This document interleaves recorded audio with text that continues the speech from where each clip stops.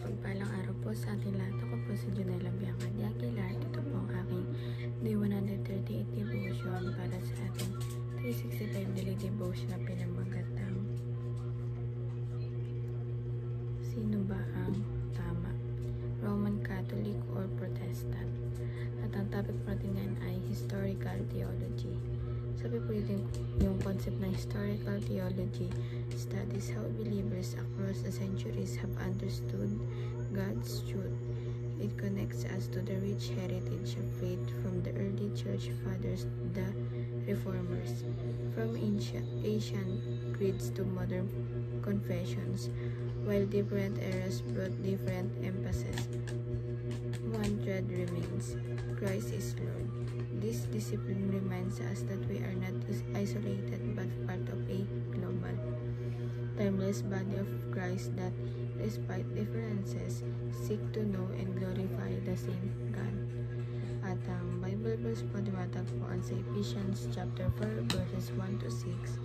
Sabi po dito, unity and maturity in the body of Christ. As a prisoner from the Lord, then I urge you to live a life worthy by the calling you have received. Be completely humble and gentle.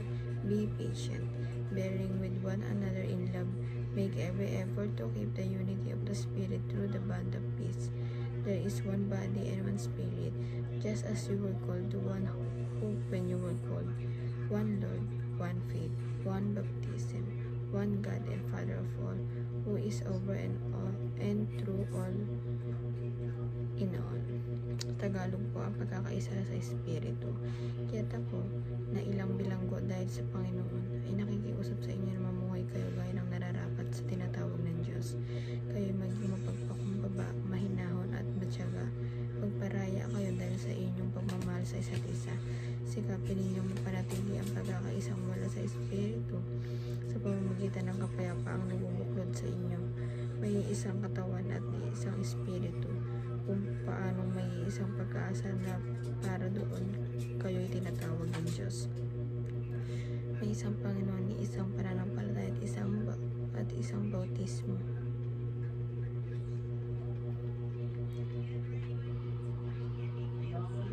Isang Diyos at Ama nating lahat. Siya ay higit sa lahat, kumikilos sa lahat at nananatili sa lahat. At ang teachings natin ngayon ay number 1. Religious people tend to forget love and grace while fighting, even killing over doctrine.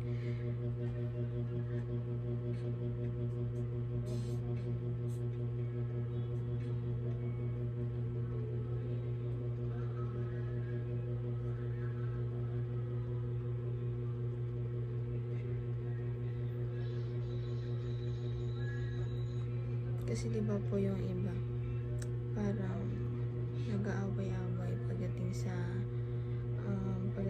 religion, nakakalimutan nila yung pagmamahal at biyaya ng pagmamahal at biyaya ng ating Panginoon, diba? Tingnan mo nga dito, while fighting, even killing, humahantong rin sila sa kamatayan, diba?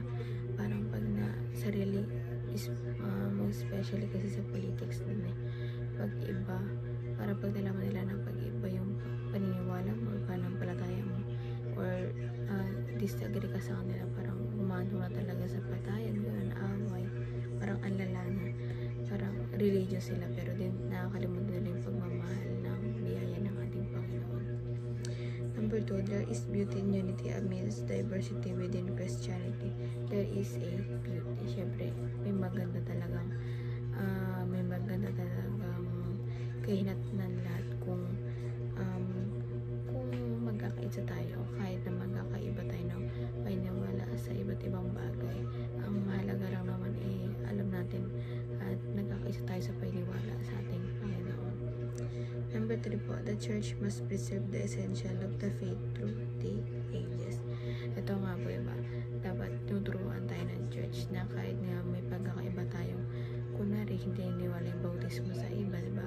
Pag napapabaptize, hindi niniwala sa doctrine or iba yung doctrine nila, pero lagi lang dapat ituro sa atin na iisa lang ang ating Panginoon, isa lang ang Diyos na meron tayo. application naman po, paano natin ito ma-apply sa ating buhay. Agree to disagree in love. Diba? Para siyang may two types. Pwede tayong mag-agree and disagree sa love na pero huwag natin kalimutan yung pag-ibig na biyaya ng ating Panginoon. Lagi natin yung dalhin kung nasaan man tayo. Kung paano tayo magmahal. Isipin natin na si Lord yung minamahal natin. Number 2 po, be gracious is an essential doctrines. Ito po, na yung minsan kasi yung mga hindi essential na bagay, parang iisantabi natin yun. Lalo na talaga kung non-essential na, ibig sabihin hindi naman siya ganong importante. Pag alam sa isang tao na magkaiba kayo, kung non-essential naman, isantabi na lang natin yun. Wala tayo matulong sa pag-aaway, diba? Palampasin natin yun. Basta alam nga natin na isa lang ang ating Diyos at nagkakasundo tayo sa ganung bagay. And lastly po, commit to the essential doctrines of faith. Ito po, pag-commit po tayo sa essential doctrines ng faith na kailangan natin na magkaisa tayo